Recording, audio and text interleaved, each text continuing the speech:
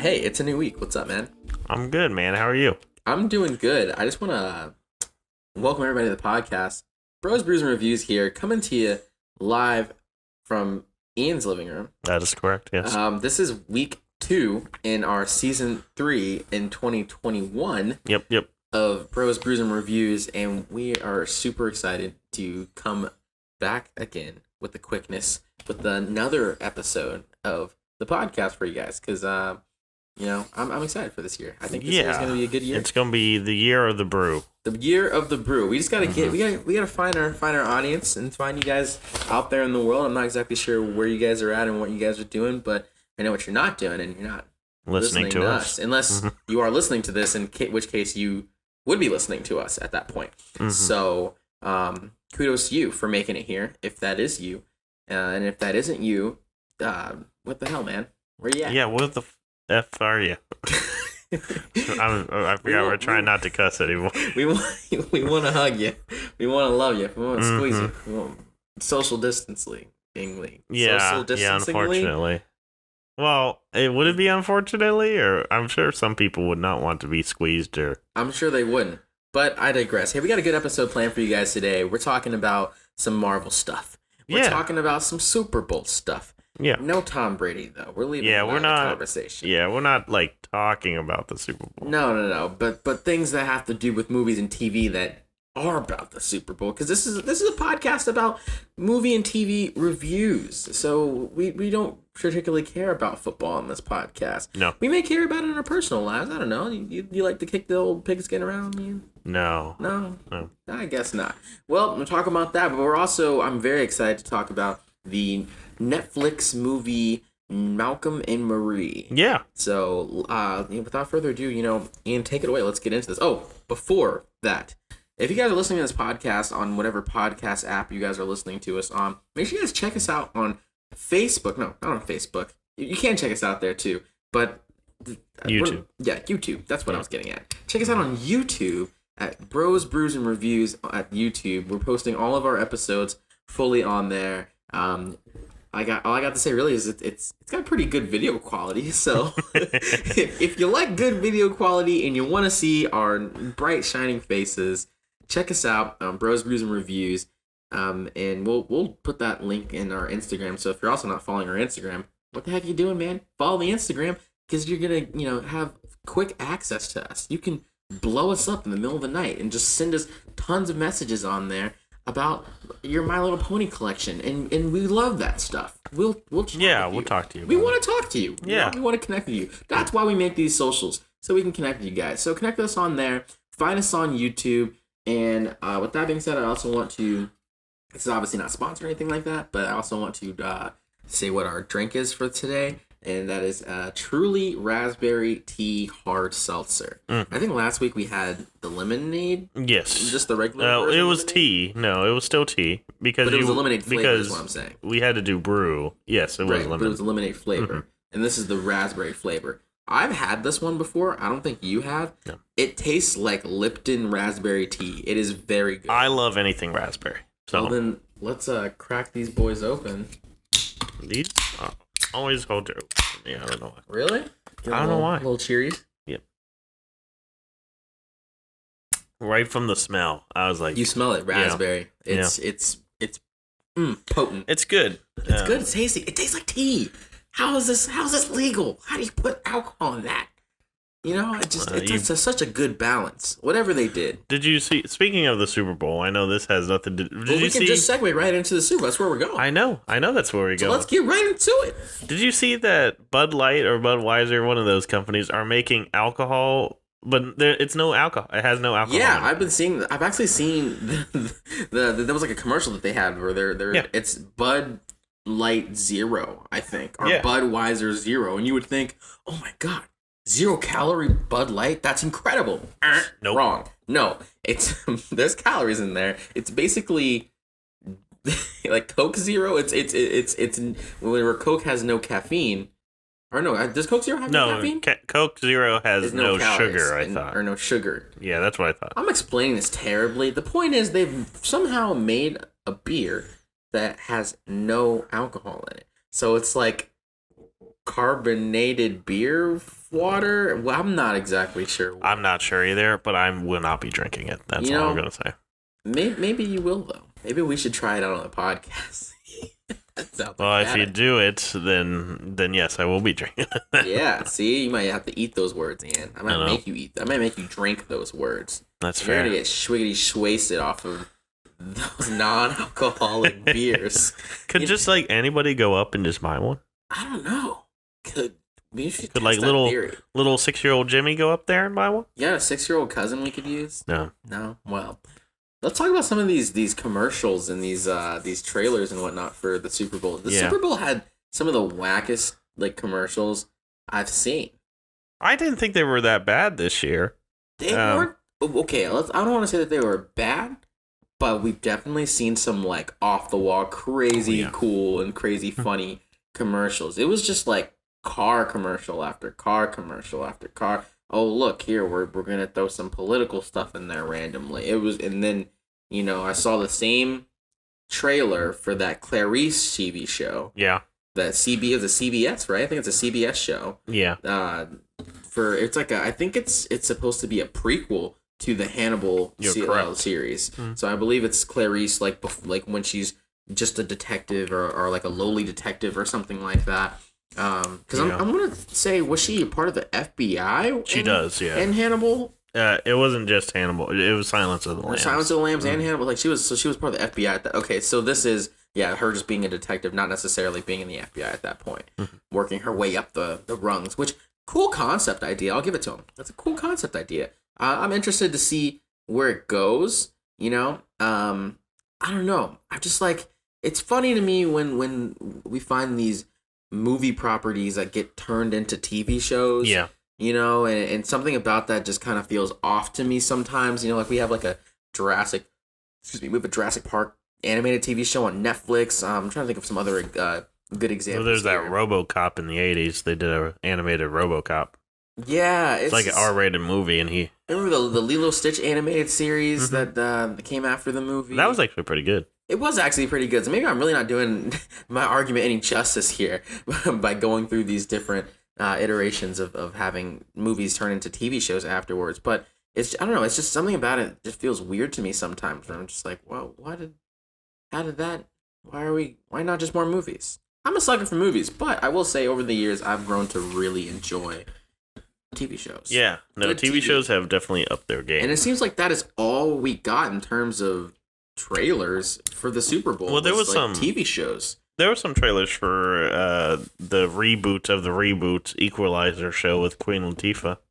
Oh, that's what that was? Yeah. Oh, because that replayed just as much as the Clarice one did. It's kind of funny because you wonder do you think those people paid extra money to have these different spots repeated, or do you think it's like we pay for one spot and because no one else was paying for them, we're gonna just let you have your trailer play multiple times?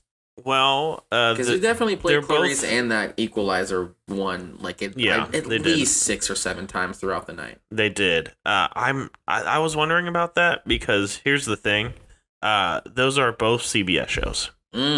And it was on CBS. I was gonna say that CBS host the Super. Wow, just as much as we got all the big trailers for Paramount Plus, and CBS, because that's what CBS All Access is turning into. Oh, okay. CBS All Access is going to go away. Wow, it's going to be look at Paramount that. Plus. See, look, that's a big corp over there. Big corp putting its big old corp thumb down on us little guys. Yep. I love it. But I don't. But I think the only other person who wasn't CBS promoting their stuff, it was Disney was doing their thing. we had a short 30-second TV spot for Fast 9. Oh yeah, I forgot about that. Yeah, just a short little guy, just a little teaseroo. We got M. Night Shyamalan's pick. Old. I did forget about those. Yeah, that one looks weird. But what trailer from M. Night doesn't look a bit weird? That's fair. And that's to no disrespect to the man, because he writes some really good stories. And I'm actually very excited to see where this one is going. It looks like an island where you're on this island and you just age really fast. So Benjamin Button, but meets Castaway? Yeah, or Lost. Benjamin Button, Lost, and Castaway. their love child, Old. I'm really confused. Well, or not confused, but I'm curious as to why you decided to name it Old. I mean, I get that, like, oh, they're just getting old. They're getting old, but I feel like that has to be too on the nose. I feel like there's another reason why, because M. Night's known for his twists, right? Mm-hmm. So that's my speculation now. There's another reason why the movie is called Old. So we'll see how that one goes. Another TV spot that we had Coming to America 2. Oh yeah, yep. Amazon Prime. Yep, it's coming out on Amazon Prime, even though we've had trailers for that already come out. So we've seen what that's going to look like. Have you seen the first Coming to America? Oh, I love Coming to America. I still haven't seen it. What? It was on Netflix. Was it really? Yeah. Wow. I Coming to America is hilarious. Yeah, it's so funny. I've heard that's like Eddie Murphy, like in his prime, pretty much. Yes. Yeah. It's honestly some of his best. So we'll have to check that out sometime. I'm thinking of another TV spot we had. We had the Falcon and Winter Soldier pre-trailer, because it wasn't a trailer. They basically said, "Hey, you wanna watch our trailer? Come to our website." And at first I thought that was really weird. Actually, I thought that was very strange up until we just had this conversation where you reminded me that the Super Bowl was aired on CBS, and they aired all their stuff multiple times. How do they do that? Well, because they own the network. And now I'm thinking, well, maybe there was something going on between Disney and CBS, and they're saying, pay us buku's money, or just flat out saying, no, we're not going to let you air your show. And so Disney just goes, okay, cool. We'll just tell everybody, come watch it on our website.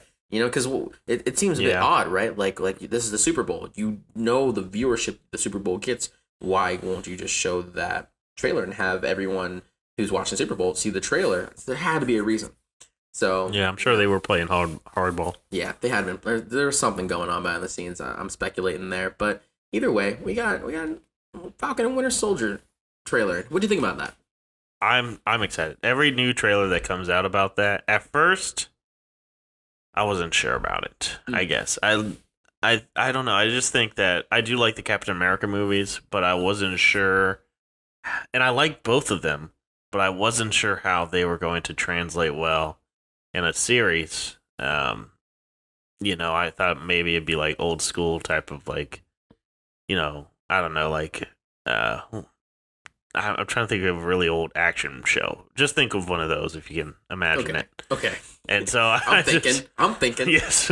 So I was just thinking that, and I just wasn't sure. I was like, I don't know. But every new trailer that comes out, I'm like, okay. And then I keep on hearing just like how like I don't know, just every show that's going to come out is going to just split off into different stories, and that's what I'm super excited about. Yeah, to see the interconnectivity of everything, and just how deep these writers get with their storytelling. It is very exciting thing to see. Because I counted, because they have there's 24 new things there's getting ready to be released or working on. We had a great lineup for 2020. It just didn't happen, unfortunately. If you think about it, all the things that they would have happened in 2020 actually was, I guess, sort of a lighter year. But even with those things that would have came out, we would have been set up to have like a straight banger of a year for 2021, where they could.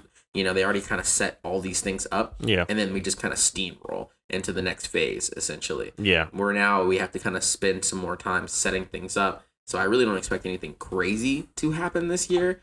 But next year, I feel like we're going to hit some strides and really start to flesh some new characters out, see some big developments. I'm really excited for the future of the MCU as it stands right now.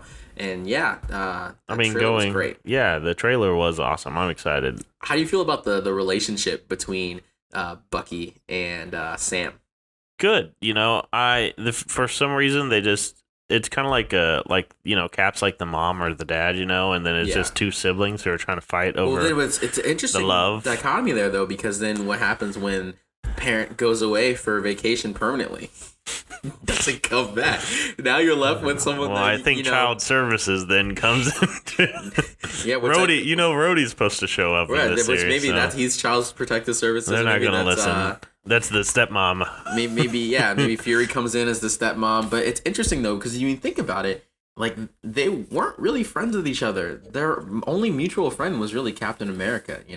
If you think back to Civil War, and they already kind of had little banter back and forth in that film, and you saw it again in the trailer for Falcon Winter Soldier. So I'm excited to see their relationship kind of hopefully. I'm really hoping that they become the new like Cap and Bucky and Cap and Sam. Like I just hope that they do form a brotherly bond.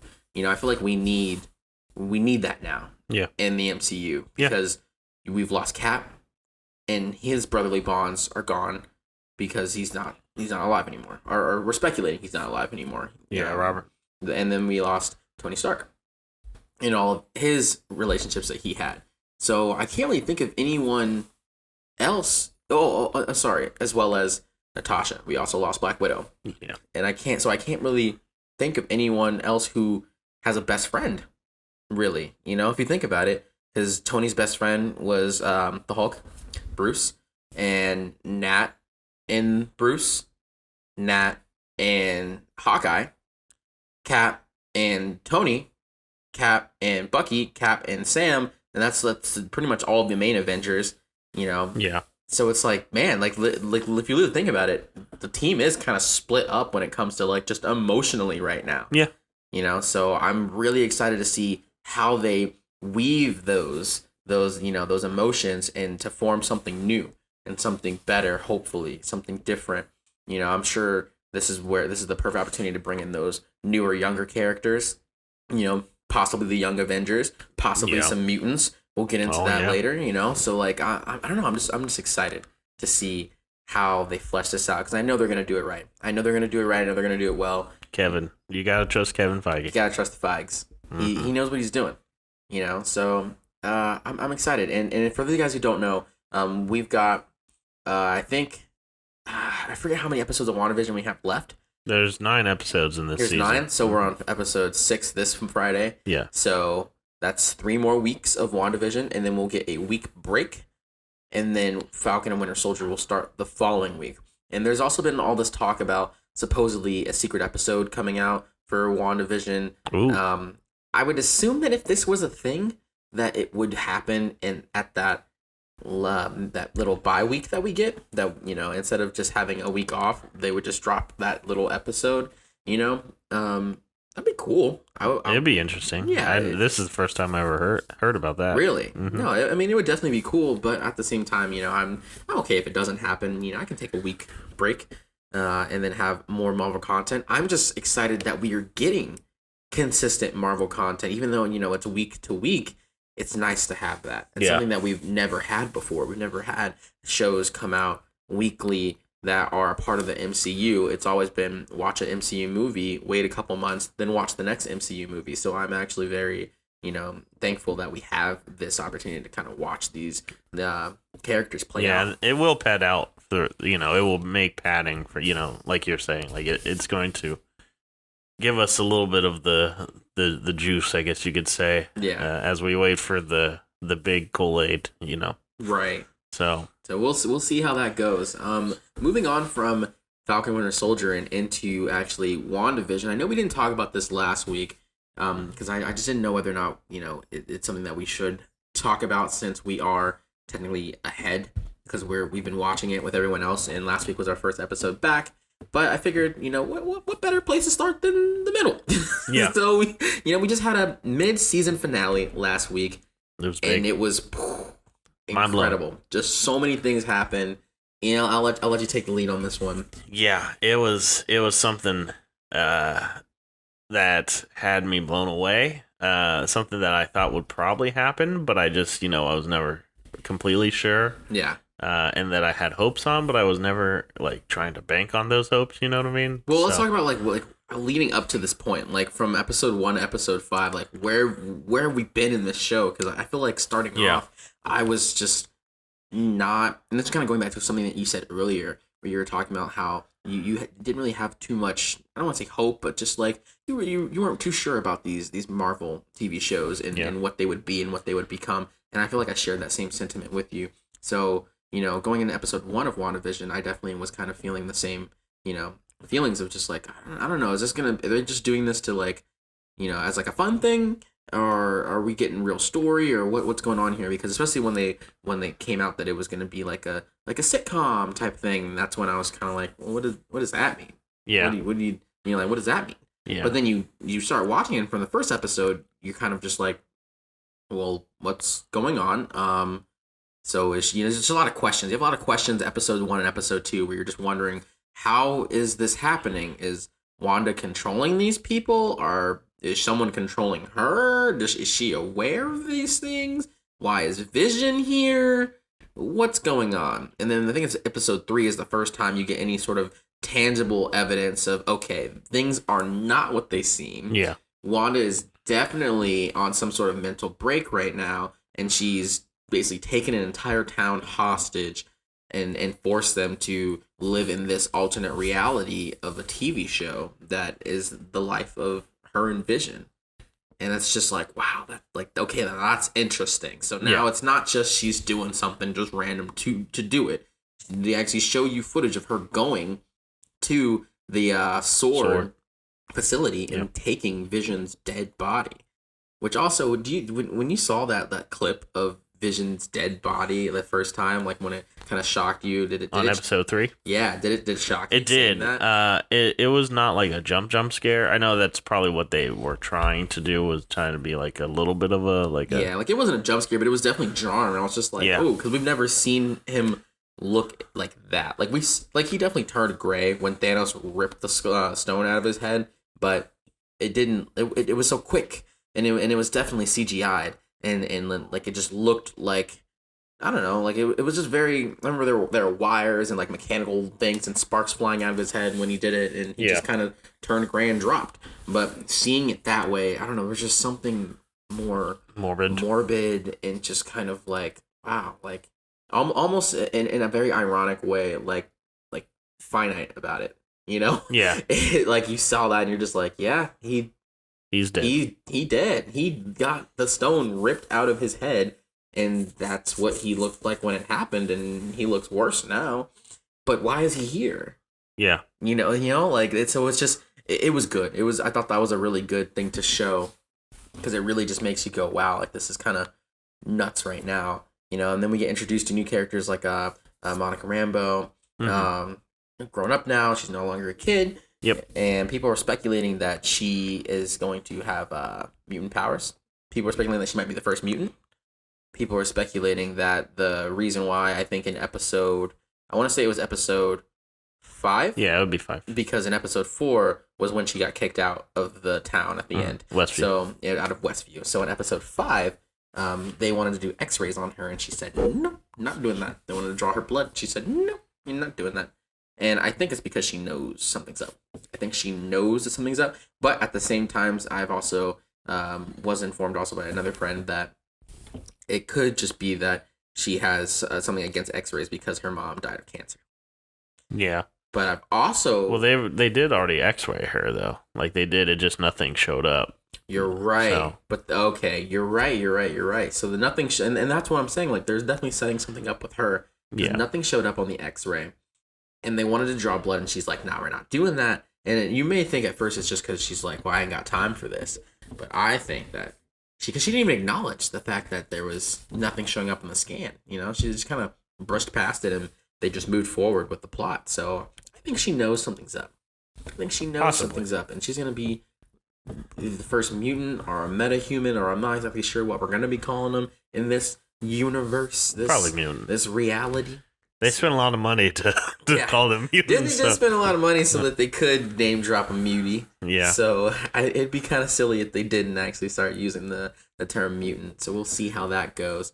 But yeah, man, episode 5, mid-season finale, really good. Man, you got her kids are born now. Well, they're like 10 now. They're like 10. They aged like twice, and there's just something sinister I really feel like going on behind the scenes that we still haven't been revealed to yet. Like, I'm not exactly sure what her neighbor is up to, Agnes. I'm really not sure what Agnes is up to. I can't tell if she's just a normal citizen who's been taken under control by Wanda, or if she definitely knows something. You know, like she's like her interaction with her in the 5th episode. Yeah, but my thing is, I feel like certain people probably can interact with her on a different level maybe depending on how willing they are to commit to what's happening. The charade.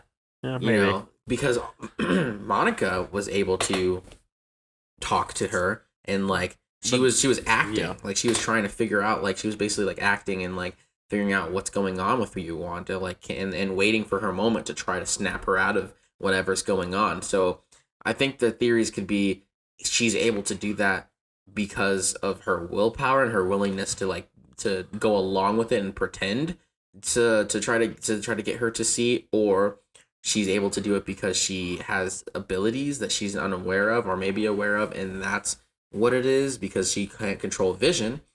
And that would kind of explain what's going on with Agnes. So Agnes, because then I would assume that Agnes is also someone with abilities, and she's also just kind of going along with it, trying to not get got and found out and kicked out.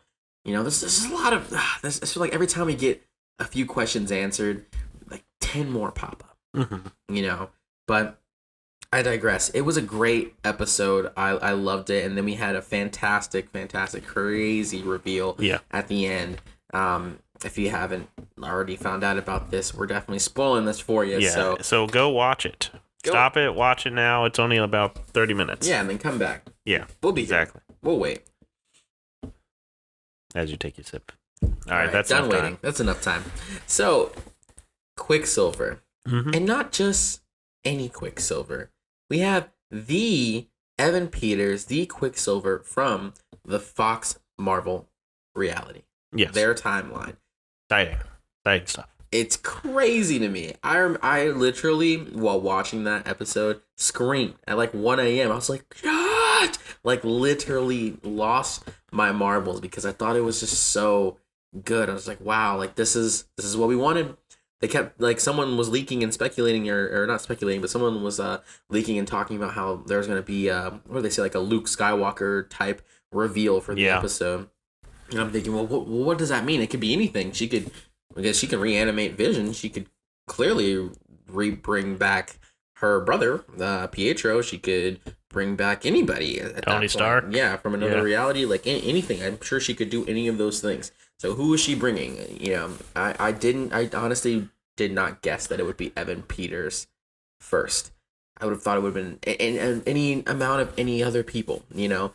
But this just brings up so many opportunities now. If this is the threshold that we've broken. Yeah. If she can essentially do these things, anyone's fair game.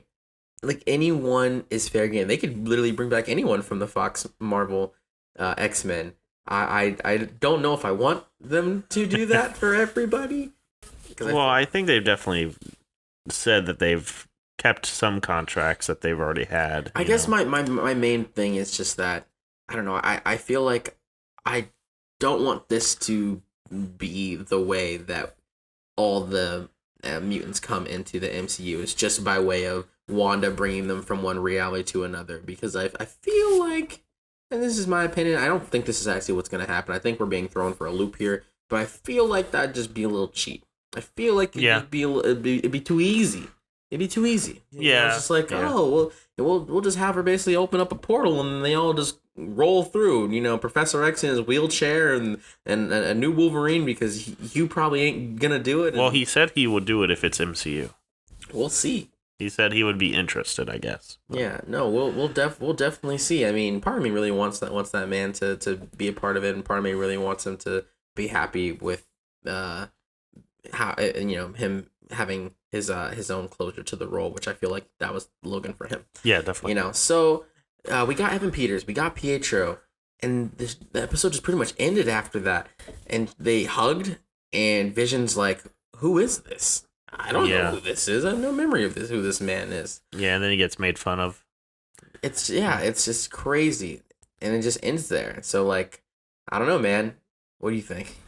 Yeah, it's mind-boggling. I had the same reaction that you did. You know, I was with my girlfriend. We got done eating dinner with my family, and we watched it all together, and I was literally flipping out, and my mom was like, "Why? Like, you need to calm down." But I'm like, no, like, you don't understand. Like, this Mom, you don't is big. get it. This is gigantic. This is what I live for. I know. Yeah, I like broke a wall. No, I'm just kidding. No, it was such a good episode just because, like, I want to shout out the actors. Elizabeth Olsen, and I can't think of Vision's actor. It's something like Paul Bettany. Thank you. But they're just killing it. They're all killing it, and like Vision, some of the best acting I've seen from him in his entire career as Vision was in WandaVision so far. Mm-hmm. And we're actually getting some time to sit with him. The man was born in Age of Ultron and essentially didn't get to do much until he died. Yeah, that's true. So to be fair, he hasn't had a lot of opportunities to step up to the plate and hit a home run. That is fair, but I'm just confused. Don't know what's going to happen after this. Yeah. And I just cannot wait for the next episode. And there's already been leaking of the next episode, and my girlfriend watched it. I don't want to know. And I said, I don't want to see that. Do not show me that. Don't even think it. Yeah. I'll read your mind. Yeah. I mean, I don't mind like conspiracy theories about stuff, but like I don't want to see actual footage. I'm like, don't show that to me. I'm enjoying this as it comes. So, and we only got. I mean, it's Tuesday. We're recording this now. This episode will come out on a Wednesday. We only have 3 more days. 3 more days. Mm-hmm. Yeah. So. Good show. Let's freaking get it, okay? I hope you guys, if you guys haven't seen the show and you did the spoilers for yourself, still go watch the show. And if you have seen the show, like I said earlier in the podcast, connect with us on Instagram as well as YouTube at Bros, Brews, and Reviews, so we can chat with you guys about this stuff. We'd love to hear from you guys and know what you guys think about these episodes and the show in general. With that being said, I want to move on to our last topic of the night, being our movie review for Malcolm and Marie. And I know you have a lot to say about this, so. Yeah, well, I do have a decent amount, but yeah, so we got Malcolm Marie. It was released on February 5th of this year, 2021. It's in theaters. You can go see it in theaters. It started off in theaters. Yes. And then got distributed on Netflix with a subscription. I'm sure everybody knows by now that you have to have that, but just like to throw it out there. And our director is Sam, I think it's Levinson, something like that. And we got the cast of just 2 people, of Zendaya as Marie and John David Washington as Malcolm. And I've only 2 people in this entire only movie. 2 people. You don't see anybody else. Nope. Not even like the cameraman that accidentally shows up, which it doesn't happen. But I mean, if it did happen, he would not be casted. People are referenced. Lots of people are referenced. Yeah. But you never see a single other person. Not even a flashback. Nope. It's just in one room. Or I guess one house, really. But yeah, so I first wanted to just mention like Sam, the director, has worked with Zendaya prior to this, and I know you've seen the show. It's the HBO / HBO Max series Euphoria, which just won a Golden Globe, I believe. Yeah. So he created that show. So yeah, congratulations. Working together. Yeah, I'm sure that's why he casted her. Mm-hmm. I mean, I'm sure she probably also auditioned, but like, I'm sure a lot of directors sometimes like to work with similar directors. This was a super independent film. They put in their own money to make this. Yeah. John David Washington, Zendaya, as well as Sam were executive producers. I think 1 or 2 other people were as well. But they definitely, did not have money from Big Corp to get this movie made. So I wouldn't be surprised if this was more of like an internal project. If this wasn't just hey, I'm writing this, because he wrote it. Sam also wrote it. So I wouldn't be surprised if it was like, hey, I'm writing this, and I think that you would be good for this. Like, you want to do this with me, because they did it. Also, this was all filmed, edited, shot during quarantine last year. And I think I don't know the exact dates and time span, but I'm pretty sure it was just over a few months since quarantine started in like March, and the movie came out, and I think in January. So kudos on that, for one, to be able to film a movie that was as wowing as this movie, and during quarantine.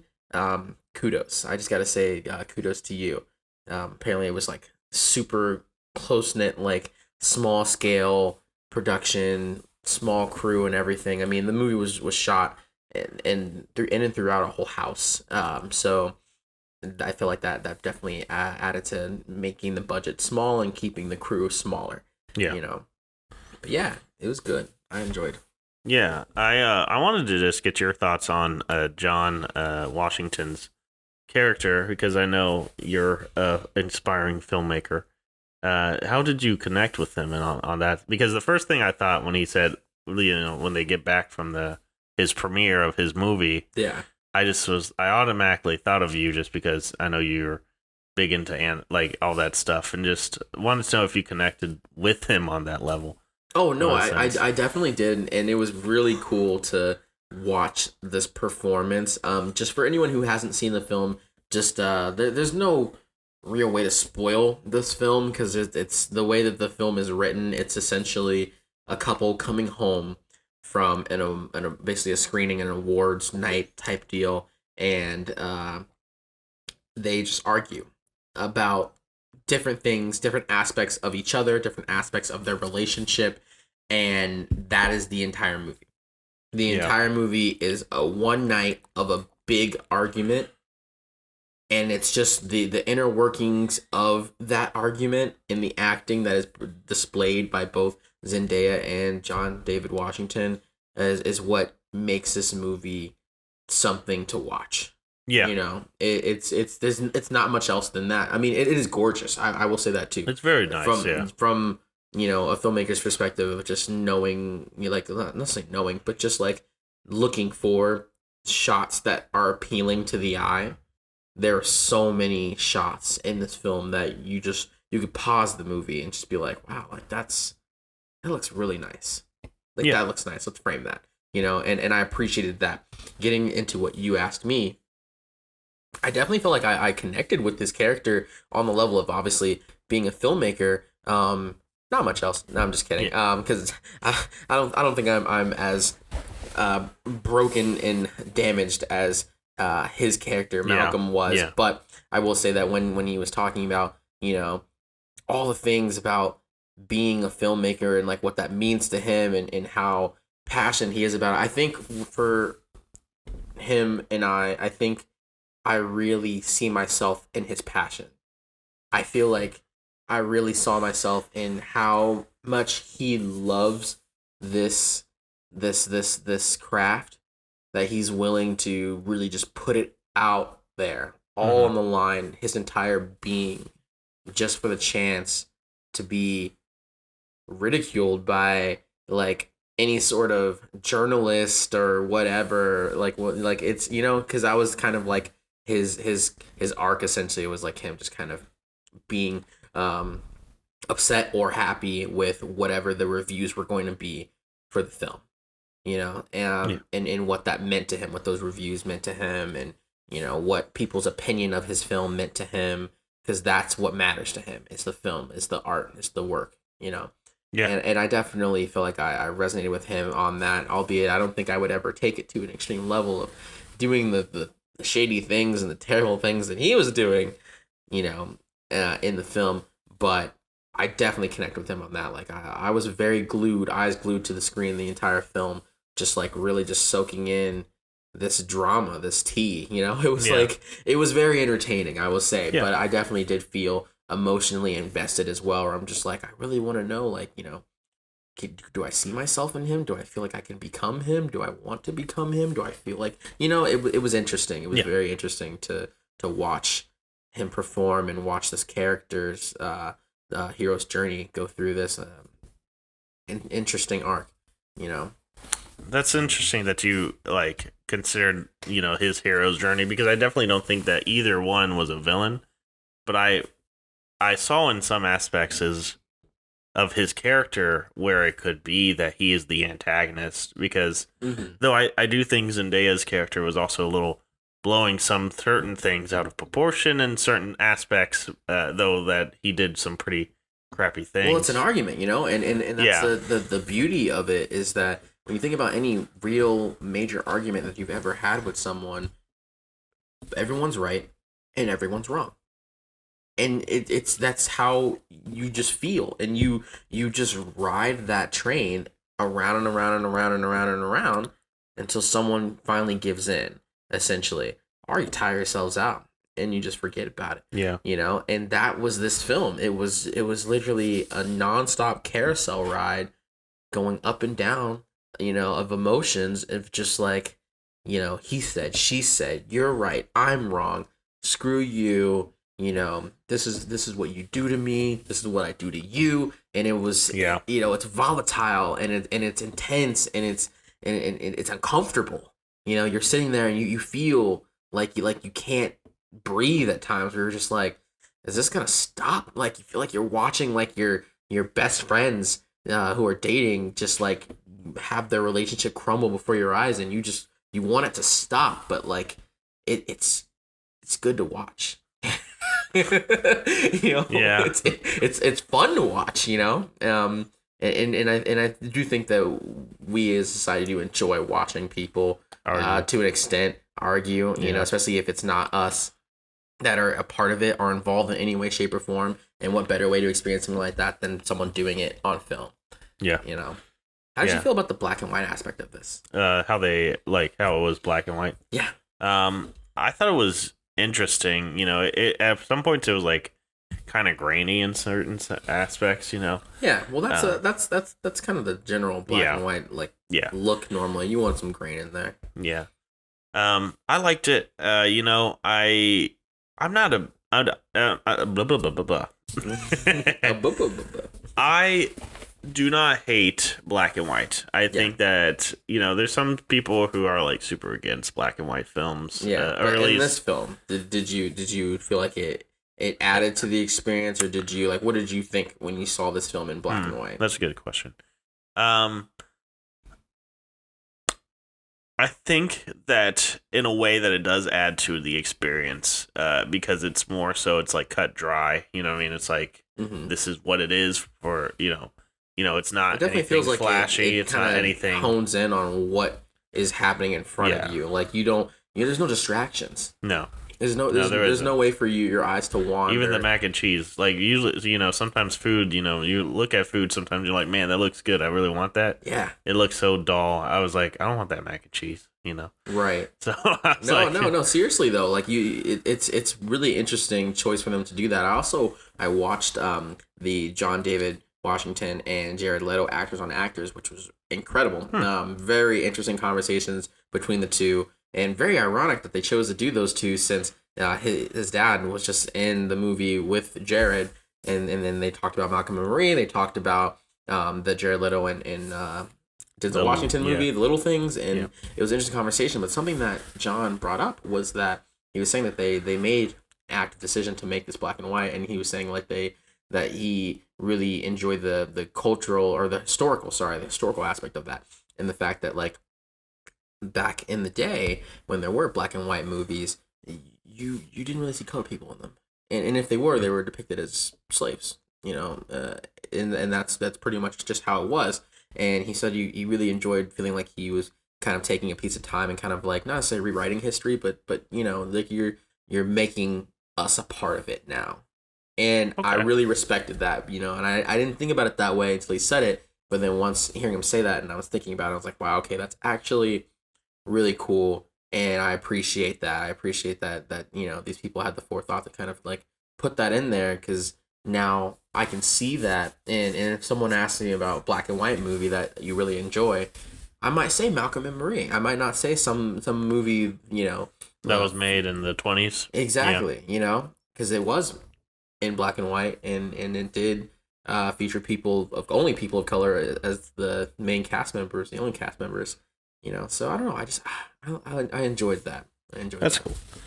I want to kind of talk a little bit about the acting, because I think the acting is what makes this movie. You know, I mean, the story was good. Like it was before I get into that, I really appreciated that the story was written out through different, like, you know, the arguments, just like going back and forth between that of learning about these two characters to the point of where there's certain songs that they play.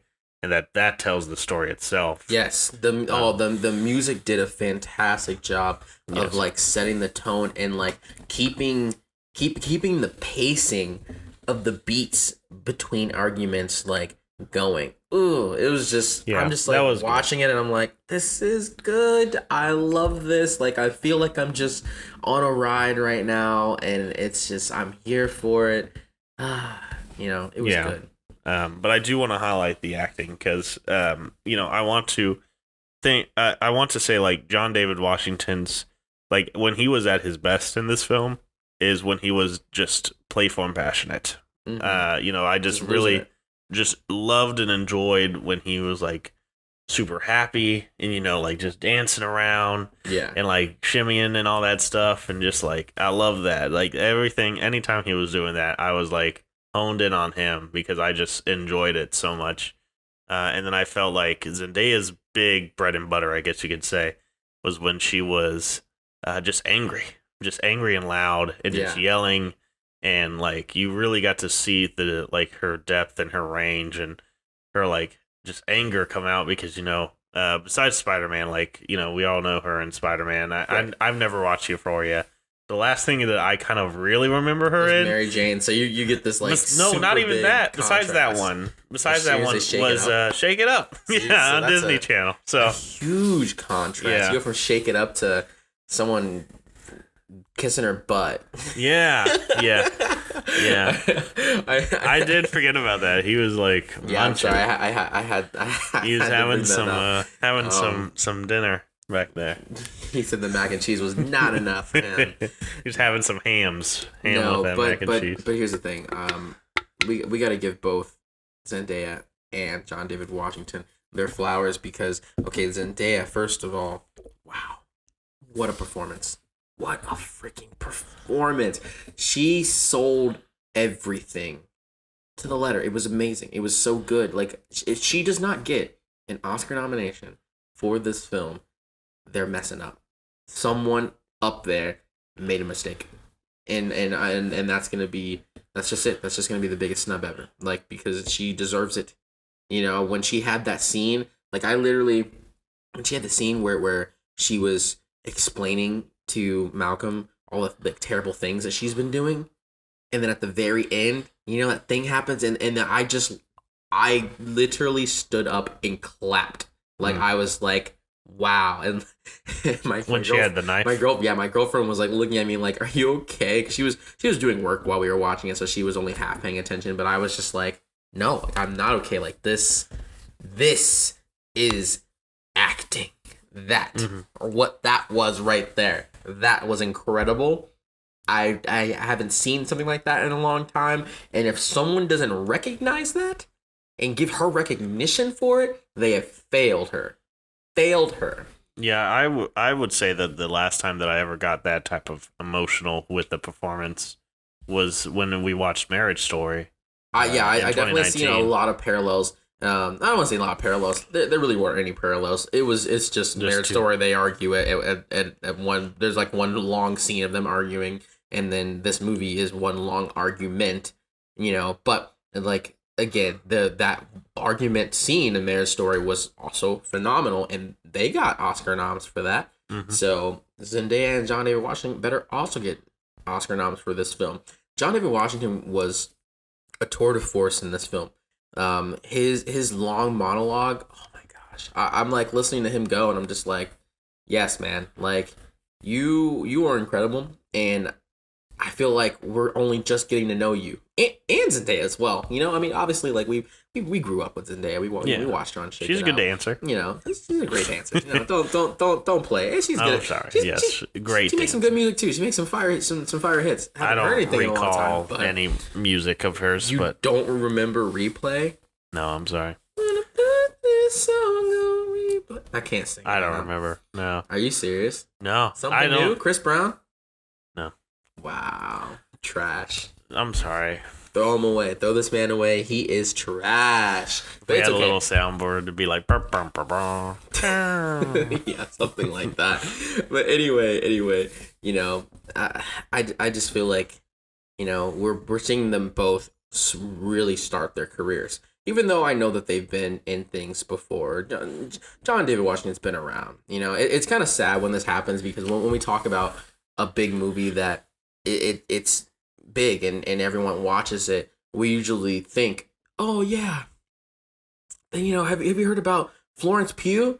Oh my gosh, you saw her in Midsummer? Like, this girl's incredible. Like, where has she been? Like, oh my gosh, I can't wait to see, what else she has to do. And then you realize, if you just do a little bit of research, you realize this person's been in the business for a while. Like, they may have started off doing small things here and there, and then kind of worked their way up the ladder to more bigger things. You just weren't put onto them. It just had to take that one cultural impact or that one super commercial success film or a TV show to really get you to pay attention. You know? So it's interesting having these kind of conversations, because you don't want to diminish the work. You don't want to diminish the work and effort that these actors put in to get to where they are now. I don't think that this film is the end of the train for either of these actors. No, I feel like it's just the beginning. Yes, but they've also been doing it for a while. So like I don't think either of them just woke up and then chatted with Sam and were like, let's go film a movie, and they just crafted this one out. But it turned out to be great. No, I think they worked for this. You could tell they worked for this, and I want them to be recognized for it. I know I sound like I'm gushing right now, but I am. Just a gushing boy. I'm just a wee little gushing boy, But the film was great, and that's all I can say about it. The film was great. I implore anyone who hasn't seen it, go see it. It's not like 3 hours. No, it's only an hour and like 40-something minutes. I think Marriage Story was like 2.5 hours. So it was. If you can sit through Marriage Story, you can sit through this. I will say, maybe don't watch it with your significant other, or do, and see how that goes. And that's all I can say about it. Okay, I won't ask. But, was there anything else you wanted to hit on before? No, you got anything else? No, I just want your final grade. Final grade, A+. A+, really? A+. This film as a whole deserves an Oscar. Okay. Oscar noms for both Zendaya and John. Oscar noms for Sam for the screenplay. Best Picture. Okay. Oscar nom. Best Picture. Best Leading Actress. Best Leading Actor. Okay. That's all I can ask for. They deserve it. I definitely think they deserve the Oscar noms for the acting. The writing was also really good. Yeah. But I guess I will leave it off with like those are like my redeeming factors of the entire thing. Mm-hmm. I just felt personally it was like a little boring in some spots when they weren't arguing. So I'm gonna give it a B. Oh, okay. So that's interesting. Hey, that's fine. We don't have to always agree, man. We don't have to. No, always I know. Agree. That's why I'm giving it a B. so that we don't always agree. I feel that. All right, let's. You want to place let's place a wager on it. Let's place a wager on it. Since you think it's gonna be a B, we're gonna say that film is gonna at least get 2 Oscar noms. Oh, I think that. No, you're betting against it. You're betting against it. I don't You're think that the bad guy here. I don't think that they're not going to get 2 Oscar noms for it. You didn't give the film A+. So you're the bad guy here. So you have to bet against it. So I just have to do what? Like 1 Oscar nom? No Oscar noms. What? I don't think that. You don't think that? No, but I you think gave it's it a B. That doesn't mean that I think it's a bad movie. No, it doesn't have to be a bad movie. You can have good movies that don't get Oscars. Those happen all the time. Well, I don't want to agree to this because I think it will at least get something. Okay. 1 or none. Okay, we'll do 1 at least. And I'm 2 or more. Okay. Okay? Okay. Shake on it. All right. Spit on it. I'm not going to spit. No. I have a knife. We can do blood. No. All right. Blood brothers. For Blood Brothers. If you know that reference, follow us on Instagram. Yeah. I'll give you a surprise. Oh. Bros, Brews, and a Reviews. little OnlyFans surprise. No. All right, but that's going to be the end of the podcast. Hope you guys liked it. Hope you guys enjoyed it. Make sure that if this is your first time coming around, that you follow us on Instagram. Follow us on YouTube. We post these on Wednesdays. Yes. And with that being said, hope you guys have a fantastic week. We're going to see you guys. And above all else, stay frosty. See you later. Bye.